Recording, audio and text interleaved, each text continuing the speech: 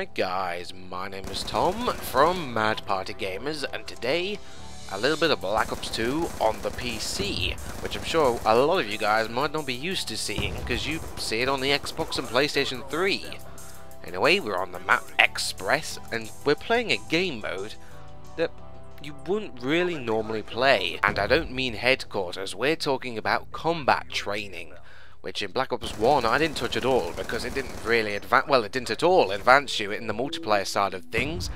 The only real reason you played combat training in Black Ops 1 was to kind of gain map knowledge and game experience, but on Black Ops 2 there is actually a point to playing it. You gain XP towards your multiplayer profile, but you only get 50% of what you normally get when you're not playing combat training towards your multiplayer stats. I'm sorry if that didn't make any sense to you, because I'm not very good at explaining things like this. Combat training, you have 2 teams of 6. On each team you have 3 human players and 3 NPC players. So you have 3 computer players basically against 3 human players, making teams of 6. Which, I've got to say, on this I think I get killed more times by the NPCs rather than the other players, and I actually kill the other players rather than the computers, which is a bit weird, but there you go. Now if you're sitting there and thinking, that's great, I earn XP whilst in combat training, maybe now I can get really good gameplays because the NPCs are stupid in that. When in a matter of fact, the NPCs are actually quite intelligent on here. Well, they have to be to compete with the other players. Especially on Black Ops 2, where the weapons are very, very powerful and the kill times are incredibly quick. Now, one problem with this game is that it doesn't record properly. The theatre mode does not record combat training. And I've got to say, combat training is actually more fun than on Black Ops 1, because I've watched a few YouTube videos of combat training on Black Ops 1, and I think a lot of people had it on easy difficulty, so it wasn't really an entertaining gameplay. But on here, it's fun on Black Ops 2. And just talking about Black Ops 2 in general, the multiplayer, as I've seen, is balanced-ish to an extent. Some machine guns are a little bit too overpowered. They can shoot from quite drastic distances than they actually should be able to.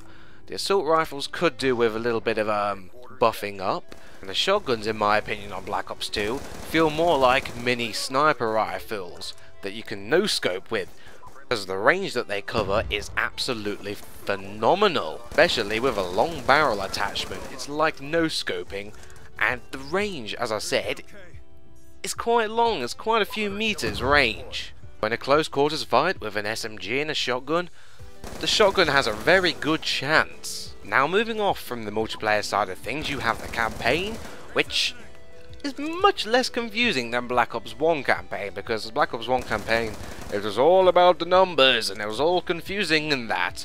Well, to me it was, because when it comes to storylines like that, I have no clue at all what's happening.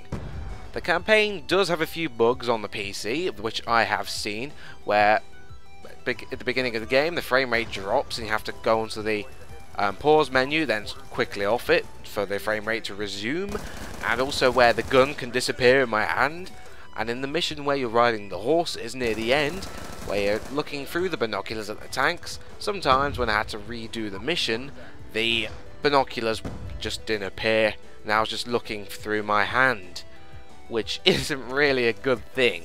Zombies, however, there are also a few bugs in that as well in the PC. A few migration to host problems. I've only probably had one migration host or host migration successfully during the zombies. Other times the game just crashes. So in the multiplayer, I think there's a tad bit of lying going on the PC version of the game. The game suggests that I have a 4-bar, which I know is a lie, because on Modern Warfare 2, 3 and Black Ops 1 my ping is incredibly high, and on Modern Warfare 3 I usually am on a 2 to 3 bar connection. So this game telling me I'm on a 4 bar all the time on Black Ops 2 multiplayer is a lie, especially when on zombies I'm always on a 2 or a 3 as well. So obviously this game likes to lie to you. It's kind of misconception. Oh, and also on the PC, when you're customizing and you go on, I think it's Blind Eye, there's a spelling error where they spelled all as al with 1 L. That's not really professional for a game, is it now, Treyarch? But anyway, if you want to pick this game up on the PC, there is a Steam sale going on January 5th, but depending when Zentric-Network uploads this video, that sale may or may not have already ended. My name is Tom from Madpartygamers, and goodbye.